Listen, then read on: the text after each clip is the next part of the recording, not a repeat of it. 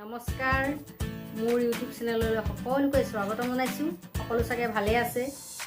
আজি মই এটা নতুন খাদ্য সম্ভাৰ লৈ আপোনালোকৰ আগত আহিছোঁ।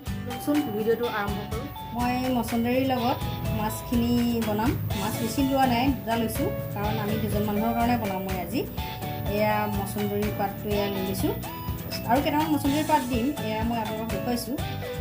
আলু কাটি লৈছোঁ, তাৰপিছতে পিঁয়াজ, তেজপাত, আদা নহৰু আৰু জলকীয়া 3টা কাটি লৈছোঁ। এয়া মই মাছটো ফ্ৰাই কৰিবলৈ তেল দি ল'লোঁ। মাছ মই ফ্ৰাই দিম।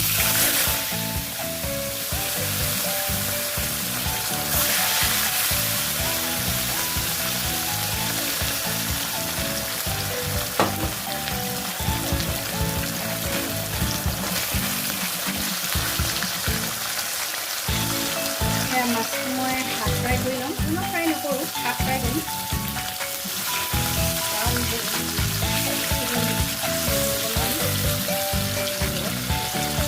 হাফ ফ্ৰাই কৰিলোঁ। মাছখিনি হাফ ফ্ৰাই হৈ গৈছে। মই এতিয়া কাঢ়ি ল'ম।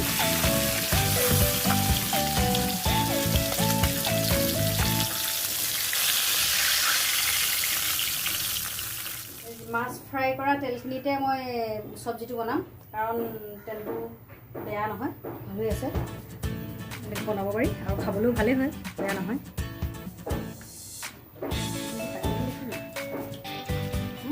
মই মাছ ভজা তেলখিনিতে পিঁয়াজখিনি দিছোঁ।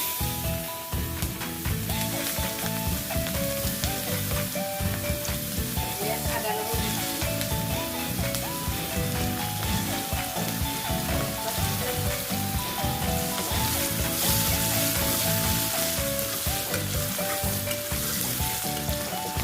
মাছত যিহেতু হালধি আৰু নিমখ মই তাতে মিক্স কৰাই আছিলে,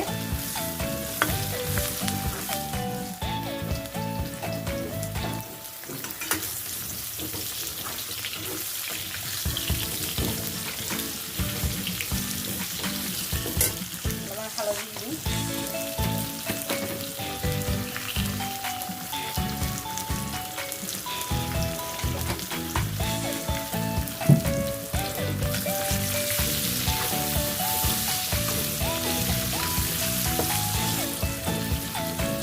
আলুখিনি মই হাফকৈ সিজাই ল'ম, তাৰপিছত মাছখিনি দিম আৰু পানী অলপ দিম, গৰম পানী। গৰম পানী দিলে বস্তুটো হাফ ফুটকৈ সিজোৱাৰ পিছত মানে জলদি সিজে আৰু বস্তুখিনি, সেইকাৰণে গৰম পানীটো দিলে ভাল। জলকীয়াও দি দিলোঁ। এতিয়া মানে আলুখিনি অলপমান মই হাফ ফ্ৰাই হ'বলৈ দিম, অলপ সিজিবলৈ দিম কম গেছ। এতিয়া মই মছন্দৰীখিনি মিহিকৈ কাটি ল'ম।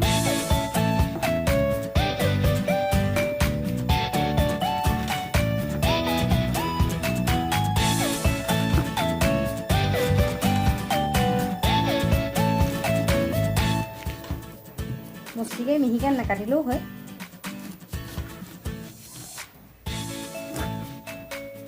তাৰ সিজিলেতো একেবাৰে নাইকিয়া হৈ যায় বস্তুখিনি, কিন্তু খাবলৈ ভাল হয়।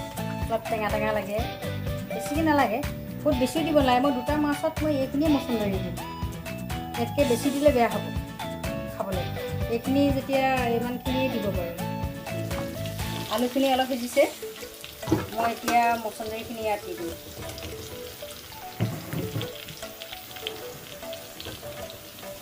আলুখিনি সিজিলে মই এতিয়া মছন্দৰীখিনি দিছোঁ।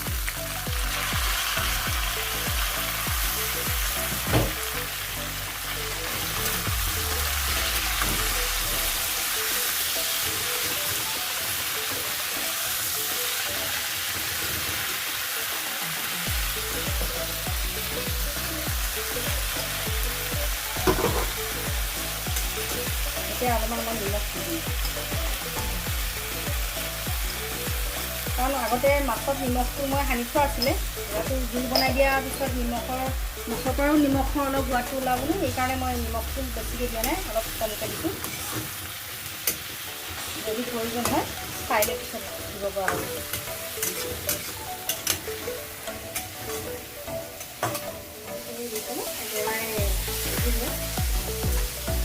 মই পানী দিলোঁ পানীটো গৰম হৈ আছে অলৰেডি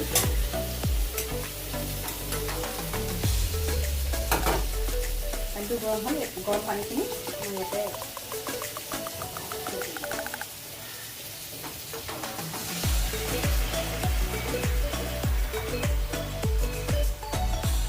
পানীটো মই এতিয়া বেছিকৈ দিছোঁ আলুখিনি আৰু মানে চব্জিখিনি উতলি আছে মই ইয়াত মাছখিনি এতিয়া দি দিম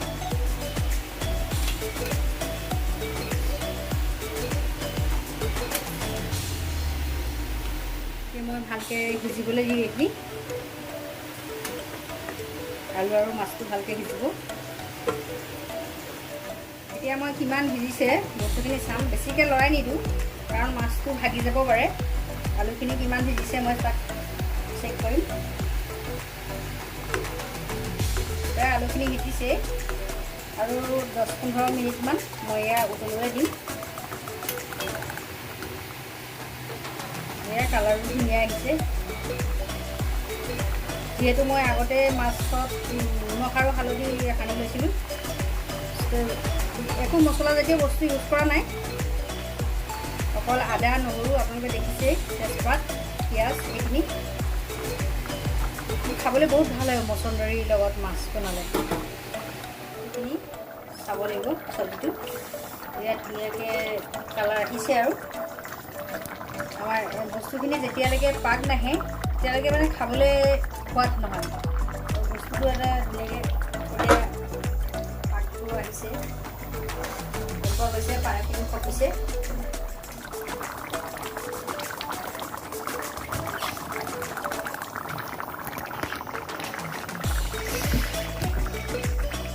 বস্তুখিনি হৈছেনে নাই মই এতিয়া চাম এয়া অলৰেডি হৈ গৈছে আৰু মানে ৰাখিব নালাগে আৰু মানে মই পানীটো খপাই নিদিওঁ ইমানটোতে ৰাখি দিম এইখিনি হৈ গৈছে মই এতিয়া গেছটো বন্ধ কৰি দিছোঁ মোৰ বনোৱা হৈ গৈছে মই এতিয়া টেষ্ট কৰি চাম কেনেকুৱা হৈছে